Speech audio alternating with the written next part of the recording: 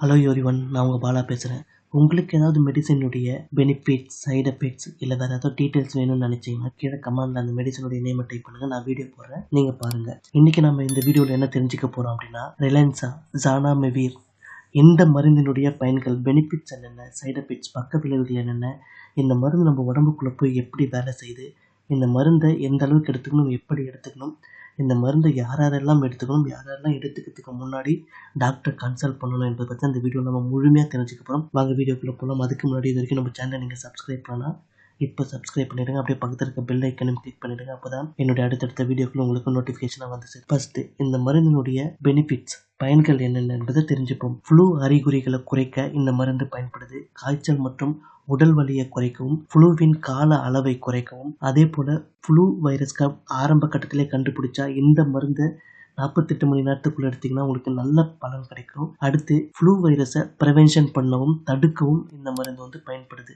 இந்த மருந்து influenza A flu, influenza B flu, flu அறிகுறிகளை குறைக்கவும், ஃப்ளூ நோயாளியினுடைய தொடர்பில் இருந்தவங்களுக்கு ஃப்ளூ வந்து வராமல் தடுக்கவும் இந்த மருந்து வந்து பயன்படுது. அடுத்து இந்த மருந்து நம்ம உடம்புக்குள்ளே போய் எப்படி வேலை செய்யுது என்பதை தெரிஞ்சுப்போம். ஃப்ளூ வைரஸ் உடலில் வந்து பரவறதுக்கு நியூராமினிடேஸ் அப்படின்னு சொல்லக்கூடிய ஒரு என்சைம் தேவைப்படுது.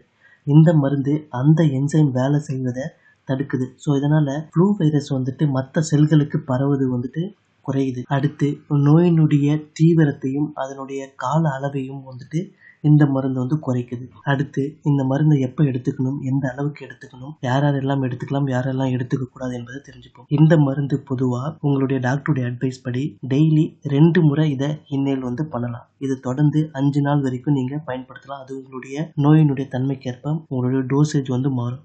அதே போல் ஃப்ளூ வைரஸ் வந்து ப்ரிவென்ஷனுக்காக இந்த மருந்தை டெய்லி 1 முறை எடுத்துக்கலாம். இந்த மருந்து ஃப்ளூ வைரஸ் அறிகுறிகள் தென்பட்ட 48 மணி நேரத்தில் நீங்கள் எடுத்துக்கிட்டீங்க அப்படின்னா உங்களுக்கு நல்ல பலன் கிடைக்கும். அதே போல் இந்த மருந்தை எடுத்துக்கும் போது ஆஸ்துமா மற்றும் சிஓபிடியால் பாதிக்கப்பட்டிருக்கவங்க உங்களுடைய டாக்டர் கிட்ட ஆலோசனை பெற்று தான் இந்த மருந்து நீங்கள் யூஸ் பண்ணணும்.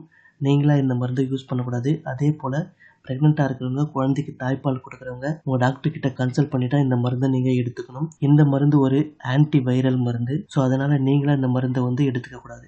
அடுத்து இந்த மருந்தினுடைய பொதுவான பக்க விளைவுகள் என்ன என்பதை தெரிஞ்சுப்போம். தொண்டை எரிச்சல், இரும்பல், தலைவலி, குமட்டல், தலைச்சுற்றல் இவை தான் இந்த மருந்தினுடைய பொதுவான பக்க விளைவுகள். அடுத்து இந்த மருந்தினுடைய ஆபத்தான சிவியரான சைடு எஃபெக்ட்ஸ் என்ன என்பதை தெரிஞ்சுப்போம். மூச்சு திணறல், வீசிங், சிவியர் அலர்ஜி, முகம் மற்றும் தொண்டையில் வீக்கம் ஏற்படுதல், பிரான்சோஸ்பாம் போன்றவை தான் இந்த மருந்தினுடைய சிவியரான பக்க விளைவுகள். இந்த மருந்து நீங்கள் உங்கள் டாக்டருடைய ஆலோசனைப்படி எடுத்துக்கிட்டிங்கன்னா ஃப்ளூ வைரஸுக்கு நல்ல பலன் கொடுக்கும். இதே போல் உங்களுக்கு மற்ற மருந்தினுடைய பயன்கள், சைடு எஃபெக்ட்ஸ் இல்லை வேறு ஏதாவது டீட்டெயில்ஸ் தெரிஞ்சுக்கணும் அப்படின்னா கீழே கமெண்டில் அந்த மருந்தினுடைய நேமை டைப் பண்ணுங்கள். நான் அதுக்கு உண்டான வீடியோவை போஸ்ட் பண்ணுறேன், நீங்கள் பாருங்கள். இந்த வீடியோவை எல்லாருக்குமே ஷேர் பண்ணுங்கள். எல்லாருமே இந்த மருந்தினுடைய பயன்கள் என்னென்ன, பெனிஃபிட்ஸ் என்னென்ன என்பதை எல்லாருமே தெரிஞ்சுக்கிட்டு நம்ம வேறு ஒரு வீடியோவில் சந்திப்போம். நன்றி, வணக்கம்.